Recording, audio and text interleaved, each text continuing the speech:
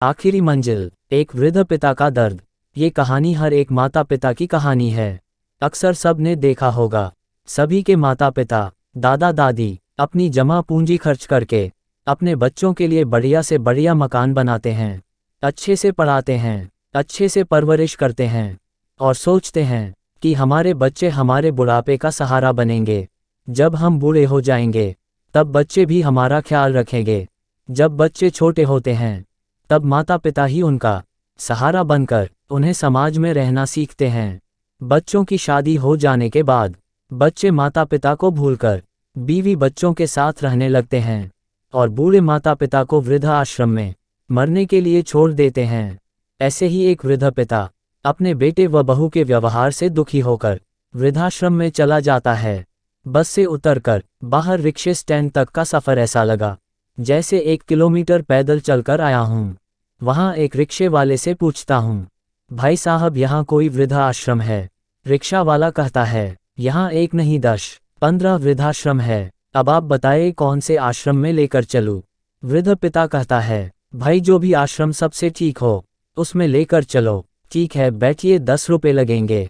ये सुनकर मैंने रिक्शे में बैठने का प्रयास किया, लेकिन रिक्शे में चढ़ नहीं पाया। ऐसा लगा जैसे अभी गिर जाऊंगा। मेरी हालत देखकर रिक्शे वाले ने मेरी मदद की और मैं रिक्शे की सीट पर बैठ गया। रिक्शे वाले ने पहला पैडल मारने के साथ साथ बोलना शुरू किया, कहाँ से आए हो बाबूजी? लेकिन बहू के शब्द मेरे कानों में गूंजने लगे, दीपक तुम तो जानते हो कि हमारा फ्लैट बहुत ही छोटा है, इसमें या तो तुम्हारे पिताजी रहेंगे या फिर हम। मैं अब और सहन नहीं कर सकती। दीपक कहता है, अरे सुमन धीरे बोलो, पिताजी सुन लेंगे। ये सुन सुमन चिल्लाने लगी, सुन लेंगे तो क्या पहाड़ टूट पड़ेगा या आसमान? और वैसे भी मैं जो कुछ भी कह रही हूँ उन्हें सुनाने के लिए ही तो कह रही हूँ। अगर मर जाते तो हमारा पीछा छूट जाता। सुमन तुम तो जानती हो कि यह फ्लैट भी हमने पापा का पुश्तैनी मकान बेचकर ही लिया था। सुमन बोलती है, कौन सा आसान कर दिया? अरे तुम्हारे पिताजी क्या उस मकान को छाती पर रख कर ले जाते? अपनी औलाद के लिए सब करते हैं, इन्होंने कोई अनोखा काम नहीं किया। सुमन धीरे धीरे बोलो, मैं 1-2 दिन में कोई बहाना बनाकर पिताजी को किसी वृद्ध आश्रम में छोड़ आऊंगा। मेरा दिल चित्कार उठा और मैं आज सुबह ही 4 बजे उठकर थैले में 2 जोड़ी कपड़े लेकर चल दिया। रिक्शा वाले ने कहा, लो बाबूजी आश्रम आ गया। मैंने जेब में से 10 रुपये निकालकर रिक्शे वाले को दिए।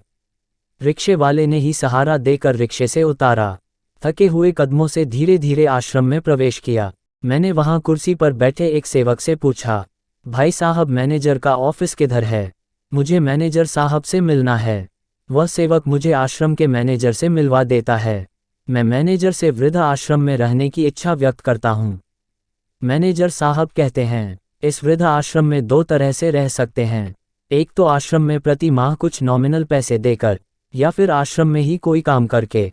अब आप शायद कुछ कहना चाहेंगे, मेरे पास देने के लिए कुछ भी नहीं है, और रही काम की तो मैं जिस लायक हूँ तैयार हूँ।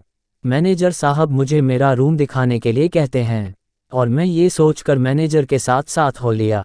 जीने के लिए कुछ तो करना ही पड़ेगा। वृद्ध आश्रम में आकर मैंने खुद को व्यस्त करने का भरपूर प्रयास किया, लेकिन रह रहकर बेटे और बहू का व्यवहार मेरे लिए नासूर बन गया। आश्रम के पुस्तकालय में बैठेकर अपना मन पुस्तकों में लगाया, लेकिन नहीं।